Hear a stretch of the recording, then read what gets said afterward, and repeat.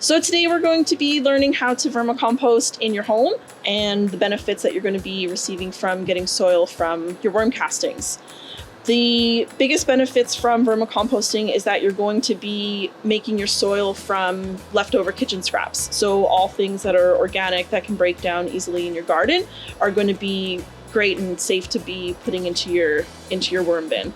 The soil that you get from vermicomposting from the worm castings is really high in nutrients, so it's the best possible thing that you could be putting into your gardens and into your houseplants. So we're going to show you how to build a bin. This is a Rubbermaid tote bin. It is a 38-liter size. This is the perfect size to create your vermicomposting worm habitat. So what we're going to do first is we're going to add half a bag of black earth soil. This is a 25-liter size bag.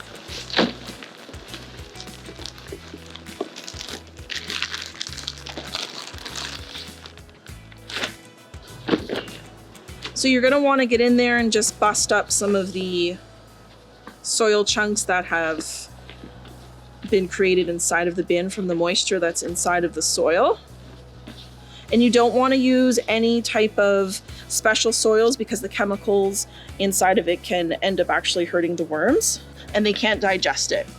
So your soil is going to be probably pretty dry. So you can just take a regular spray bottle and just spray the inside of the bin. And you want it to be damp enough that it just sticks to your hand. So it will kind of feel a bit like a wet sponge.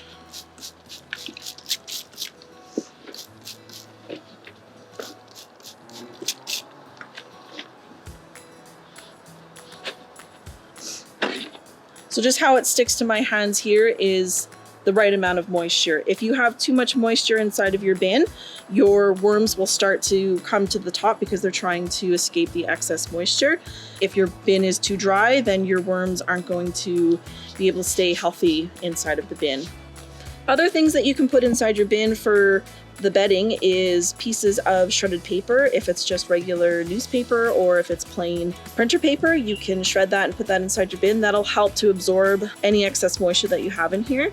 You can also put in some cardboard down at the bottom. Again, if you're having some excess moisture, then that's really helpful. So now what I'll show you guys is how you're going to feed the worms. So you're going to flatten out your soil. You'll go through one side here, dig a small hole, and then you're going to place all of your food in here. So today we're going to feed blueberries. We're going to feed some spinach. And I have some leftover cilantro that has gone bad. So then what you're going to do after you've put your food in is you're going to cover it all up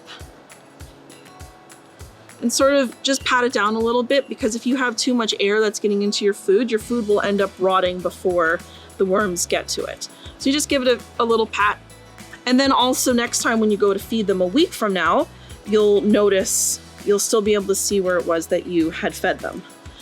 So some other great things to feed your worms are apples, tomatoes, avocados, bananas, essentially anything that is organic. But what you're going to want to do is you're going to want to cut these down first into smaller pieces so that the worms have a better chance at eating them before they start to rot and cause a smell inside of your bin. You can also put in things like eggshells, coffee grounds, all kinds of fruits and other vegetables. So now we're going to place our worms into the bin. You only need about 30 to 40 worms in order to start your own worm bin, because after in and around 9 months, your bin is going to be just full of worms. So it doesn't take very many worms to start a bin. So I'm just going to dig a little hole here in the corner. And then I've got my worms here all ready to go into their new home.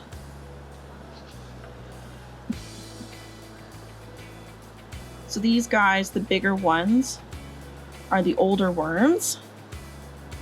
These are probably a year or two old. And then there are eggs inside here and tiny baby worms as well. The eggs are about the size of a sesame seed and only take 3 weeks to hatch. Okay, so now that we have our worms in here, we're gonna cover them up.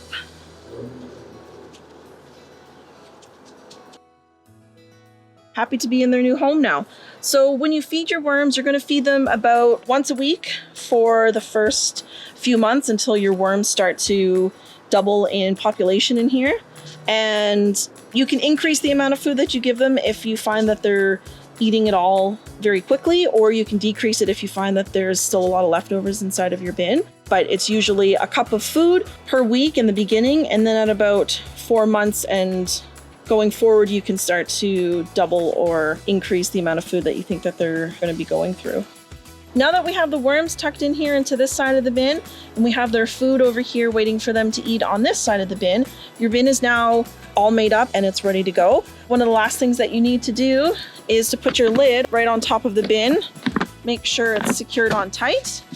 And you'll notice that mine has holes on it. So you're gonna wanna have these holes pre-drilled into here so that you can have proper airflow going into your bin.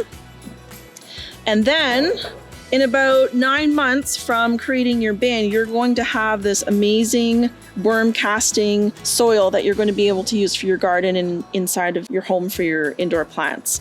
And the way that you're going to want to harvest this from your bin is you can just take small amounts like this and you can add it into a water bottle. If you just fill it all the way up to the top, you can add this much worm castings to your water, and then you can just spray it onto your indoor plants. Or you can take this much out at a time and you can just put it right on top of your plants, on top of its existing soil. If you're doing a bigger project, if you're going out into your backyard and doing it for outdoor gardening, the way that you would want to do it is consistently feed your worms on one side, so that way you have your worms that will migrate over to eat the food, and then you can start taking larger amounts of soil out each time that you need it. You don't need very much of this soil to be able to reap the benefits because it is so packed with nutrients that a little bit will really go a long way.